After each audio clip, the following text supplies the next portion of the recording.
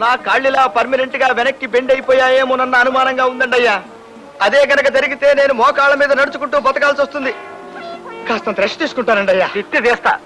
ఇప్పుడు కొత్త ఆసనం చెప్తాను. ఏయ్, ఇదిగో ఇది ధనురాసనం. ఈ ఆసనం కంటిన్యూ చేత కాసేపు. అయ్యా, ఇది కాస్త కష్టంగా ఉండేటట్టుందండి అయ్యా. అదే పెంచా, నెలకు 6000. వద్దు మహాప్రభు, వద్దు.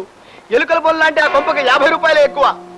వేస్తా, ధనురాసనం వేస్తా. ఊగు. ఊగుతా. ఆహా, ఎంత చక్కగా ఉందో, ఎంత హాయిగా ఉందో మహాప్రభు. ఆహా, ఏమి హాయిలే హల. ఆహా, ఎంత హాయిలే హల. కులాసాగా ఉన్నావా సీతారాము? ఆగు, నా పేరులోంచి ఆడపేరు తీసేశాను. ఉట్టి రాముడు అని పిలువు చాలు. కులాసాగా ఉన్నావా ఉట్టి రాముడు?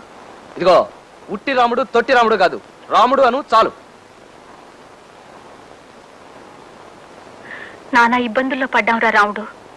ఇంకో దిక్కు తోచక నీ ఇంటికి చేరాం.